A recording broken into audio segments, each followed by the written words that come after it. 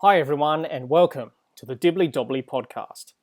Before we get started, make sure you like, share, comment, subscribe and click the bell to make sure you get the latest episodes of the podcast.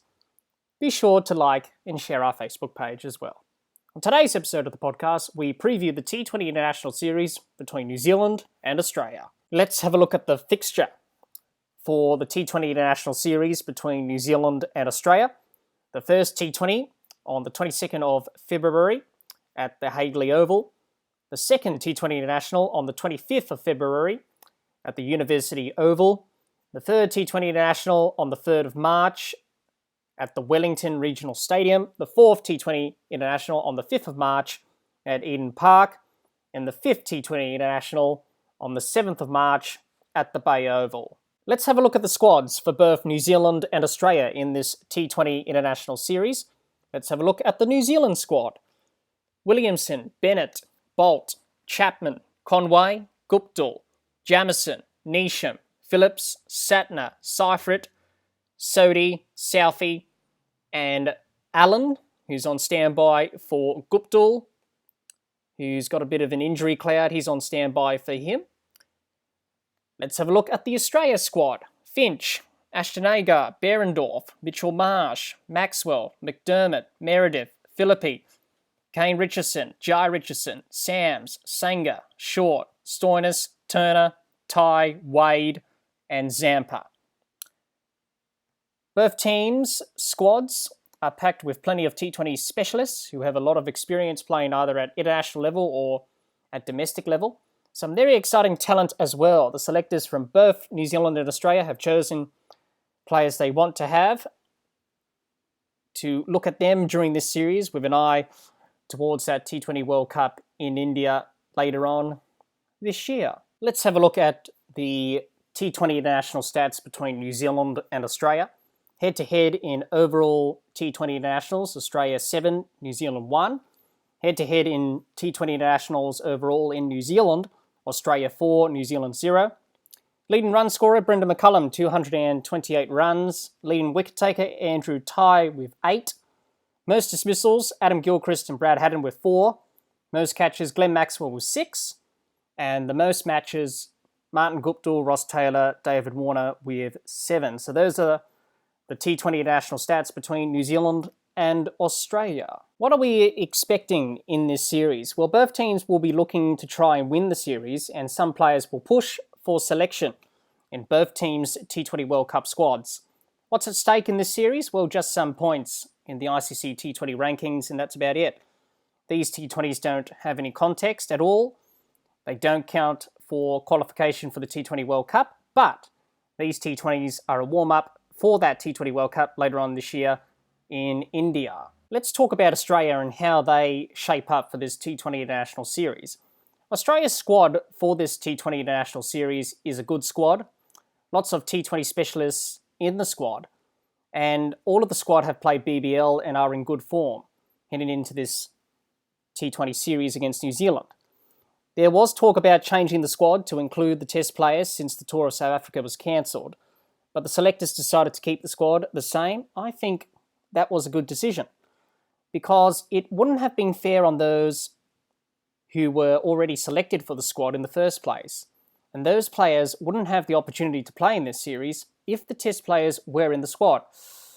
Most of the Test players haven't played T20 cricket, whereas the players in the T20 squad have played BBL and are better prepared for this series.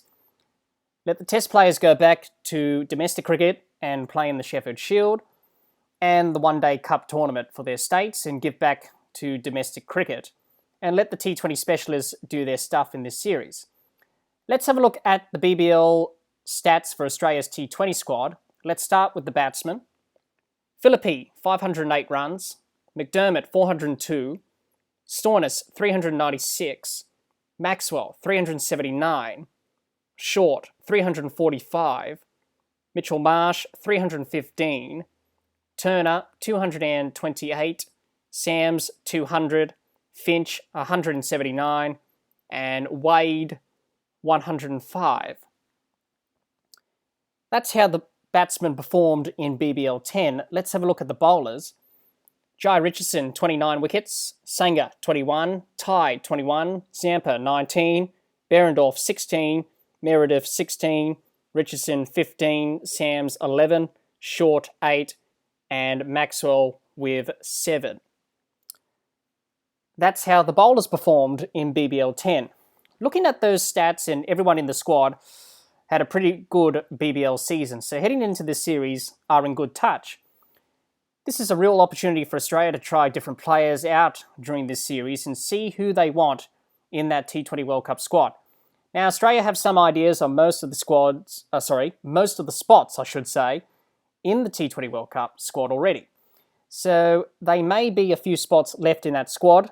So that's why players like Philippe, Sams, Meredith, Sanger, these young players, it's a big opportunity for them to push their case for selection. Australia haven't won a T20 World Cup yet, and in the past have done okay, but haven't gone all the way. Australia's past results at T20 World Cups: 2007 semi-final, 2009 group stage, 2010 semi-final, 2012 semi-final, 2014 group stage, 2016 group stage. So Australia will be determined to do well in this year's T20 World Cup and hope to win it. I think they are a real chance. In fact, I think everyone's a chance to win it. Australia have improved in T20 cricket over the past few years and are starting to build a good squad in T20s. So the goal for Australia in this series is to obviously win, but to improve and refine areas of their game heading into that T20 World Cup. Let's talk about New Zealand and see what they will do during this T20 International Series. New Zealand are a good T20 side. They have done well of late in T20s. The squad they have selected have lots of T20 specialists mixed in with experienced players like Williamson, Southey, Bolt, Neesham and Satner. I was quite surprised that Ross Taylor and Colin Munro weren't selected, especially Munro, who had a brilliant BBL 10 season with the Perth Scorchers, scoring 443 runs.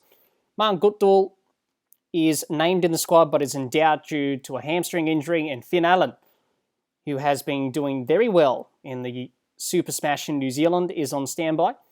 Let's have a look at the Super Smash stats for New Zealand's T20 squad. Let's start with the batsmen. Allen, 512 runs. Conway, 455 runs. Seifert, 281. Chapman, 219. Phillips, 156. Williamson, 113. Neesham, 89. Satner, 73. Jamieson, 56. That's how the batsmen performed in the Super Smash. Let's have a look at the bowlers. Bennett, 13 wickets. Neesham, 12. Southey, 8. Jamieson, 5. Bolt, 4. Phillips, 3. Satner, 2. And Sodhi, 0. That's how the bowlers performed in the Super Smash. Looking at those stats from the Super Smash for New Zealand's T20 squad, they all had a good season, and heading into this series, that will put them in good stead. Now, New Zealand haven't won a T20 World Cup themselves. Their previous results at T20 World Cups: 2007 semi-final, 2009 group stage, 2010 group stage, 2012 group stage, 2014 group stage, 2016 semi-final. Reasonable results for them in T20 World Cups, but they will like to do better in this edition of the T20 World Cup in India. Just like Australia, they have some ideas on most of their spots in that T20 World Cup squad, but have some spots still up for grabs, and this, as I should say, presents a good opportunity for some players to push their case for selection during this series. So for New Zealand, their objective is to win the series, of course, but to work on their T20 game as a team and look to get better heading into that T20 World Cup. My final thoughts on the series: I think we are going to get a really good T20 series between two teams who have great T20 players and will provide us with some great entertainment throughout this series, and put some smiles on people's faces during this difficult time for all of us. And the game of cricket can certainly do that. Who do I think is going to win the series? I think Australia can win the series because they have plenty of match winners in that squad and players who are in great form coming off the BBL. So Australia to win the series, maybe 3-2. We shall wait and see. Well, that's the end of the innings.